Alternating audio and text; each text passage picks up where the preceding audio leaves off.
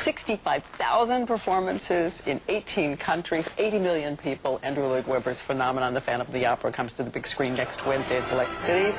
And next year it's going to be all around the country. It is sumptuous.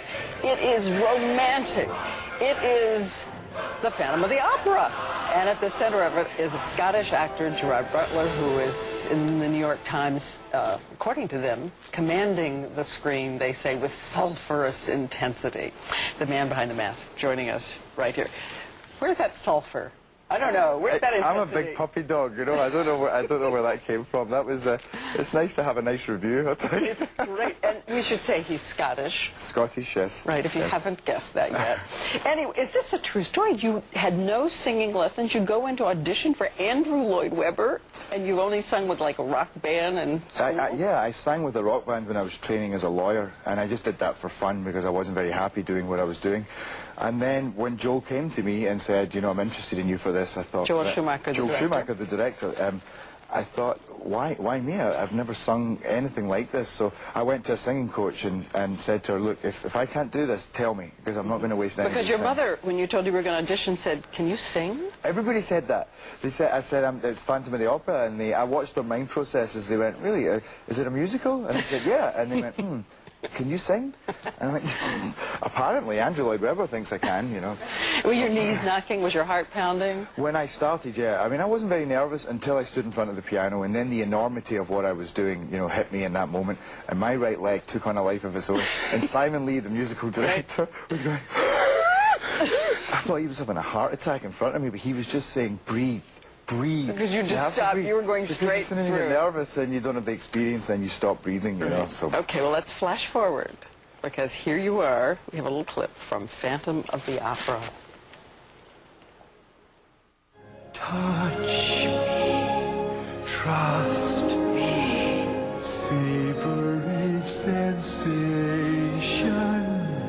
Let the dream begin. Let your darkest side give in to the power of the music that I write. The power of the music of the night.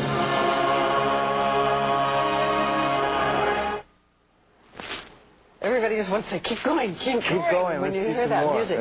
Now, the mask itself, how does it stay on? Is it glue? We tried on hundreds of masks, you know, of different shapes and sizes and materials, and in the day we went to finally, I'd always just done it like this, and the day we went to finally put it on, we said, how do we put this on? Nobody knew. And we're like, we're about to film, we don't even know how to put on the mask. So we finally found this double-sided sticky tape, a special kind that we would... But 9 hours sometimes? No, not for the mask, that was for the prosthetic. Oh, that's for everything under the mask. Yeah. I mean, they had to glue my eye and pull a piece of string that went right around my back and pull my eye down like that. It wasn't very comfortable. You're singing your eye. I'm singing, yeah, and I have this prosthetic and this skull cap and, yeah. Well, you said something which I think is really wonderful about the Phantom, which is, you know, for all people think that it's just it is mythology in expletives, that it really does touch something inside of all of us, which is, could we be rejected? Is there a part of us that no one will ever love? Yeah. Well, that's what touched me when I first read the script, you know. I just so felt this man's pain. I think, if anything, the feeling you really get from this Phantom is very, I mean, it's obviously sexy, it's Joel Schumacher, but it's sexy and romantic, but I really felt it was melancholy, you know, just to suddenly, to have been in that position your whole life, to know and be aware that nobody wants anything to do with you, that you can't even have that companionship or that love with just one person, because really he only wants it with one person, just some form of connection. And whenever I touched that, it just broke my heart. And then when you add this music, you know, with the sweeping music, which really helps you climb into that emotion, you just kind of abandon yourself to that.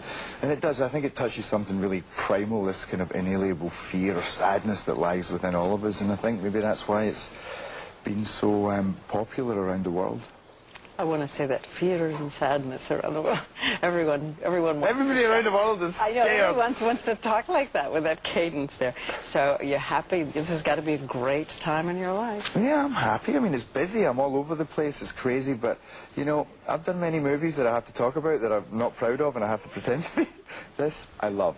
And so, you know, where Joel has taken it, where Andrew's taken the music, and just to be a part of it, you know, and to see the reaction that I've seen from audiences, you know, it's such a great feeling to move people or entertain people like that. It comes thundering into the theaters next week in select cities, as we said, December 22nd. It's great to meet you. You too. Great to have you here. Coming up next, the